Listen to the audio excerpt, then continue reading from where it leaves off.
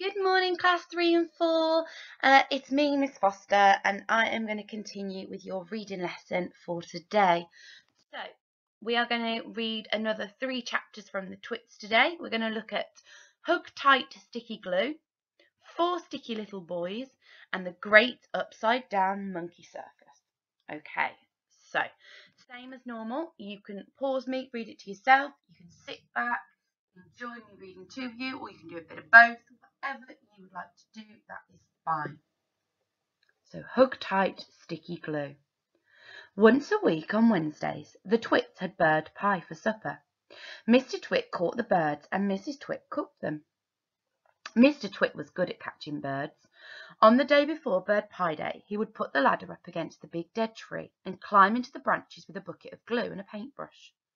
The glue he used was something called Hug Tight, and it was stickier than any other glue in the world. He would paint it along the tops of all the branches and then go away. As the sun went down, birds would fly in from all around to roost for the night in the big dead tree. They didn't know, poor things, that the branches were all smeared with horrible Hug Tight. The moment they landed on a branch, their feet stuck, and that was that. The next morning, which was Bird Pie Day, Mr. Twit would climb up the ladder again and grab all the wretched birds that were stuck to the tree. It didn't matter what kind they were, song thrushes, blackbirds, sparrows, crows, little jenny wrens, robins, anything. They all went into the pot for Wednesday's bird pie supper. 4 sticky little boys. On one Tuesday evening, after Mr. Twit had been up the ladder and smeared the tree with Hug Tight, 4 little boys crept into the garden to look at the monkeys. They didn't care about the thistles and stinging nettles, not when there were monkeys to look at. After a while, they got tired of looking at the monkeys, so they explored further into the garden and found the ladder leaning against the big dead tree. They decided to climb up it just for fun. There's nothing wrong with that. The next morning, when Mr. Twit went out to collect the birds, he found 4 miserable little boys sitting in the tree, stuck as tight as could be by the seats of their pants to the branches. There were no birds because the presence of the boys had scared them away. Mr. Twit was furious. "As there are no birds for my pie tonight," he shouted, "then it'll have to be boys instead." He started to climb the ladder. "Boy pie might be better than bird pie," he went on, grinning horribly. "More meat and not so many tiny little bones." The boys were terrified. "He's going to boil us," cried one of them. "He'll stew us alive," wailed the second one. "He'll cook us with carrots," cried the third. But the 4th little boy, who had more sense than the others, whispered, "Listen, I've just had an idea. We are only stuck by the seats of our pants, so quick, unbutton your pants and slip out of them and fall to the ground." Mr. Twit had reached the top of the ladder and was just about to make a grab for the nearest boy when they all suddenly tumbled out of the tree and ran for home with their naked bottoms winking at the sun.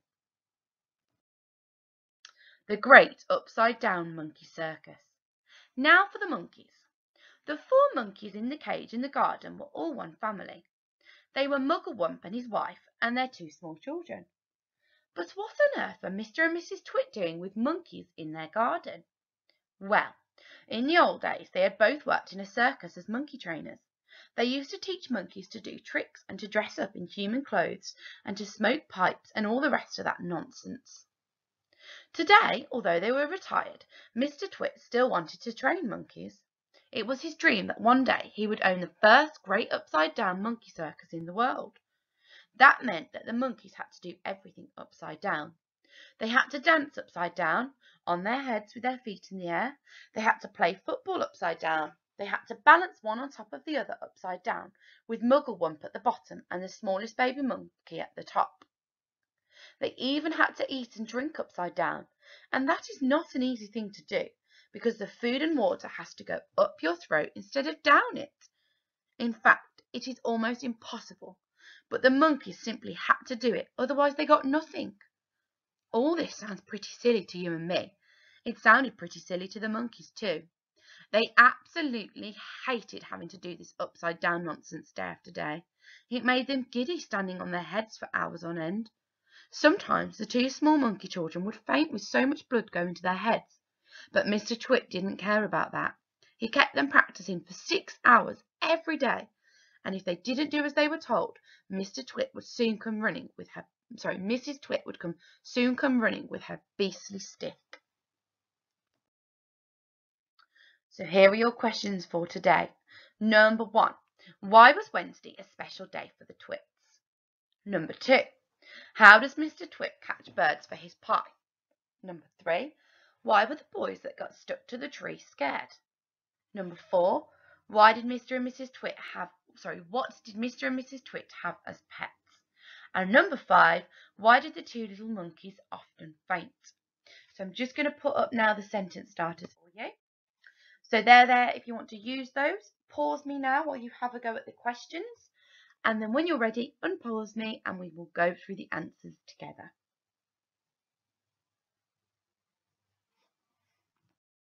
Okay, hopefully everybody's had a go at those questions. So number 1 asked why Wednesday is such a special day for the Twits. And the answer, of course, is that Wednesday's a special day because they always had bird pie for supper. Number 2, how does Mr. Twit catch birds for his pie? So he catches them by painting the branches of the tree in the stickiest glue in the world, Hogtight. Then the birds would fly into the tree and stick to the branches, and that was that. Number 3, why were the boys that got stuck to the tree scared? Well, they were scared because they thought Mr. Twit was going to boil them alive and cook them in a pie. So number 4, what did Mr. and Mrs. Twit have as pets? They had 4 monkeys. And why did the 2 little monkeys often faint? They had been made to hang upside down for too long and the blood rushed to their heads. If you are not sure about your answers for any of these and you've got any questions, just send me an email, guys. I'm more than happy to go through it with you, and I look forward to reading some more with you tomorrow. Bye. Good morning, class 3 and 4. Welcome back. We are on Tuesday, the 9th of June 2020. Pause it now so you can get the date written and you'll have the LO in just a minute. Okay, so we were looking at prepositions yesterday. So now, which of the sentences below doesn't use a preposition about position? So prepositions can give us extra information in a range of ways, but we're focusing on prepositions that tell us where something is. So we've got 3 different sentences here. I'm going to read them out. I want you to see if you can identify which one does not use a preposition about position, so telling us where something is. Which one doesn't do that? The first sentence, A. Above the construction site, a fire had begun to spread due to the wind blowing at the flames. B. Before the asteroid struck the planet, dinosaurs roamed the land. C. Due to Mrs. Grinham being ill, a supply teacher was sent into Year 6 to teach the class for the day. So which of those does not use a preposition that tells us where something is compared to something else, in relation to something else? So pause it now whilst you have a little go, and when you're ready for the answer, press play. Okay, so the answer was B, because in A we have above the construction site, so we know that a fire had begun to spread, and that had spread above the construction site. Okay, so the word above there would be your preposition. In C, we have due to Mrs. Grinham being ill, being ill, a supply teacher was sent into Year 6 to teach the class for the day. Now B, although we've got the word before, that tells us when something happens. Before the asteroid struck the planet, dinosaurs roamed the land. That doesn't tell us where anything is in relation to anything else.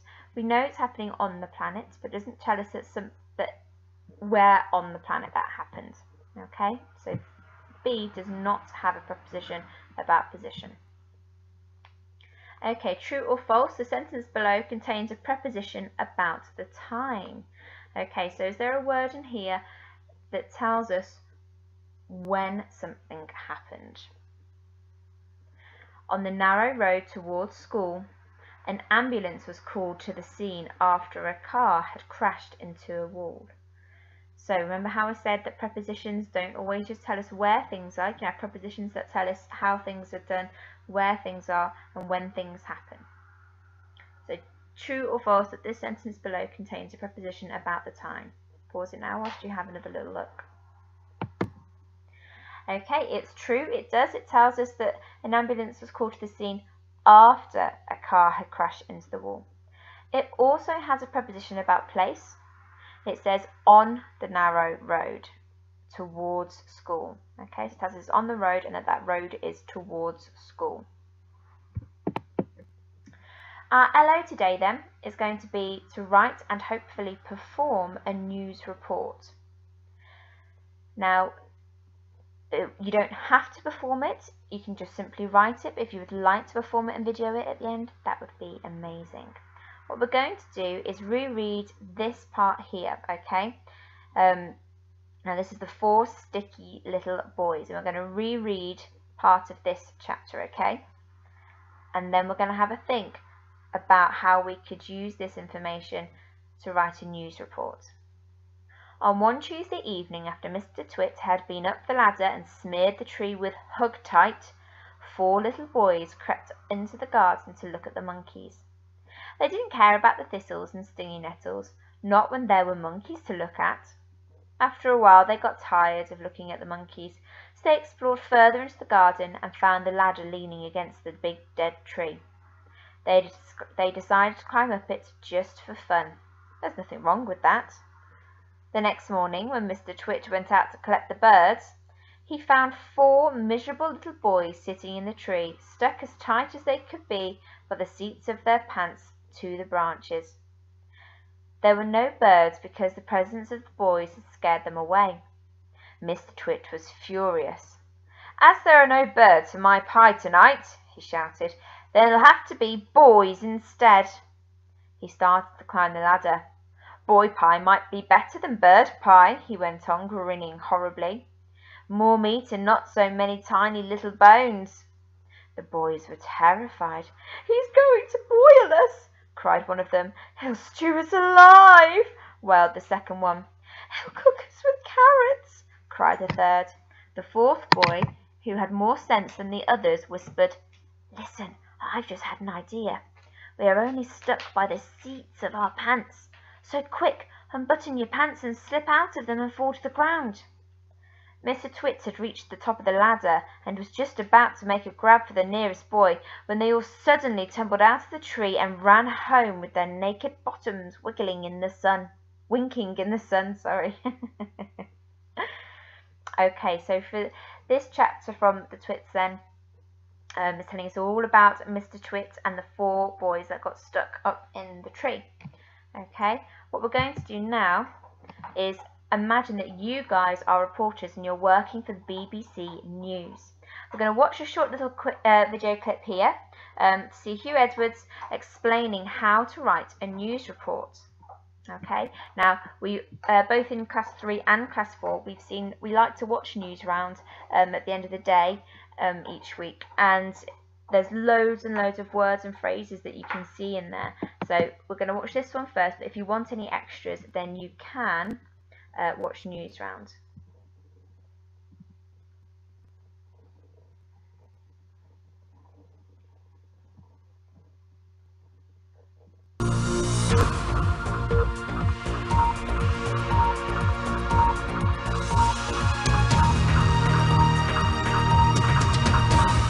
Hello.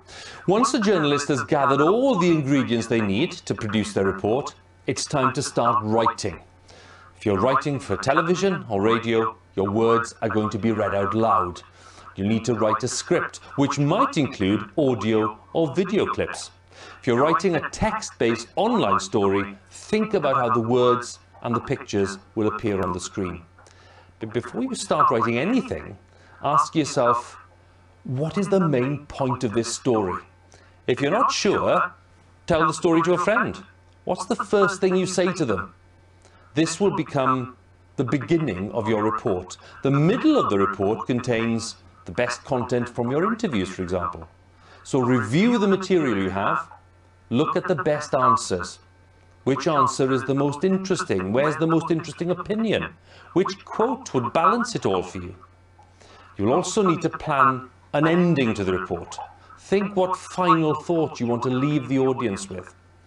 So you already know about the 5 W's of news gathering, so there are also 3 C's of news writing. Be clear, be concise, and be correct. Clear? Well, write as if you were telling the story to one person. You use simple language that everyone will understand. Never use a long word where a short one will do. Concise? Well, that means short. Make your report too long and your audience will get a little bit bored maybe. So stick to the key facts rather than overloading the story with information. And then correct. Be sure to get the facts right. Get your grammar and punctuation right. And it's also about being truthful. You can't just copy things word for word. You have to be honest and spell out where the information came from. Truth and accuracy are 2 of the BBC's core news values.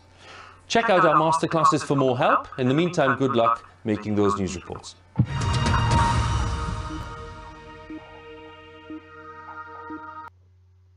Okay, so if you want to watch any other examples now of news reports being read, then you can always go to the news round on CBBC, where we've watched plenty before, but that might give you some extra examples. So in Hugh Edwards' video, he tells us to cover the 5 W's, so the what's happening, who is involved, where is this happening, when is it happening, and why is it happening.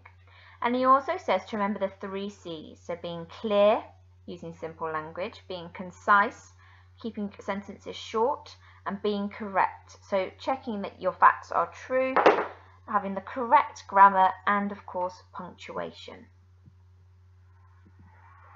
So I want you to have a go at writing a short news report about the 4 sticky little boys. Now it should only be around 5 to 7 sentences long, because remember it needs to be short. But it'd be brilliant if you could get someone to video you performing your news report too. You could even set up a news desk using a table, and have some papers and shuffle them around and look very serious. You might even be able to rope in some of the other members of your family to be interviewed as your witnesses if you like. So remember those 5 W's that Hugh Edwards just talked to you about in that video, okay? If you want to do a mind map first with those 5 questions and just make little notes for each one before writing it, then that's fine. That would be really, really helpful. So that's your task for today, okay? So make sure you've got your date in your LO, which is to write and perform a news report. And if you do have a go at videoing yourself or getting your family involved, me and Miss Foster would love to see it. So please don't be afraid to email them over to us. Okay? Take care, guys, and I can't wait to see what you come up with. Well done. Good morning, Class 3 and Class 4. So today we are going to be exploring parallel and perpendicular lines. Have a look at this on the screen. It's a train track, okay? Why have I put a picture of a train track on your screen? Have you got any ideas? Okay, well, I will tell you. The reason I've put this on your screen is because the lines on a train track are parallel lines. And what a parallel line is when two lines are sort of running alongside each other, so like this one and this one, and they will never ever meet. So for as long as they go, they will never ever meet. So those 2 lines are parallel, but also all of these lines along here, as they go this way, they will never ever meet. Okay, so lines that never touch are called parallel lines. Now I've put a rugby goal on here. Why do you think I might have done that? Okay, so the reason I've done this is to show you an example of perpendicular lines. Now, perpendicular lines are when 2 lines meet at a right angle. So here, they've got 2 perpendicular lines there, and here, they're perpendicular. Also under here, and here, okay? So, straight lines that meet at a right angle are called perpendicular lines. So I'd like you to have a go at these. Complete the sentences below. Line 1 is parallel to line Have a think. Come back when you're ready. Okay, so it's parallel to line 4 because these two lines, as long as they go, they are never, obviously you'd use a ruler, going to meet. So line 4 is something to line 5. So is it parallel or perpendicular? What do you think? Okay, well they meet here at a right angle. So therefore they are perpendicular. Okay, because they've met. If they didn't meet and they were running alongside each other, they would have been parallel. How many sets of parallel and perpendicular lines does this rectangle have? So how many sets of lines that don't meet does it have, and how many sets that meet at a right angle does it have? Pause me while you think about it and come back when you're ready.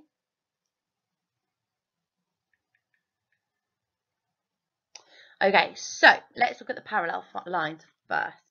So this line and this line, they can continue running that way and they can continue running that way, but they will never ever cross paths. They're never going to meet. So that's one set of parallel lines. Now this line and this line, they can continue running up and they can continue running down. And again, they are never ever going to meet. So that is another set of parallel lines. So a rectangle has two sets of parallel lines. Now perpendicular lines are obviously the ones that meet at a right angle. So how many sets of perpendicular lines does it have? Okay, so these two lines here, they meet at a right angle. This line and this line. This line and this line, they also meet at a right angle. This line and this line, they meet at a right angle. And this line and this line also meet at a right angle. So it's got four sets of perpendicular lines, okay? So parallel lines, they run side by side and they never ever meet. Perpendicular lines meet at a right angle. Okay, then, so today for your Do It, guys, you've got to complete the table. You've got to consider whether the relationships are parallel, perpendicular, or neither. So what is the relationship here between line 1 and 4? This one's asking which line is perpendicular to line 3. And then finally, what is the relationship between line 2 and line 5? For your Secure It, Katie says these lines are parallel. Do you agree? Explain your answer. Okay then, so I'm going to go through the answers now for your Do It. So the answers for the first one, the relationship between line 1 and line 4, as you can see, the lines are running opposite each other. They are never going to meet. Sorry about my wibbly-wobbly line. Therefore, they are parallel. Line 3 is perpendicular to, let's have a look, line 5. And line 2 and line 5, they aren't perpendicular to each other. They could potentially meet if they carry on going like that. They could meet at the end. Therefore, they are neither. So Katie says these lines are parallel. Do you agree? Explain why. I'm hoping you've put that she is incorrect because eventually the lines will meet. If this line carries on going straight, just draw that along here. This line is heading down. So look, they have met here. They are going to meet and therefore they are not parallel. I hope you found today's maths lesson okay. Any questions, just send me an email. I'm more than happy to help. And you have got Miss Cunnington for the rest of the week and you're going to be looking at 2D shapes. So enjoy.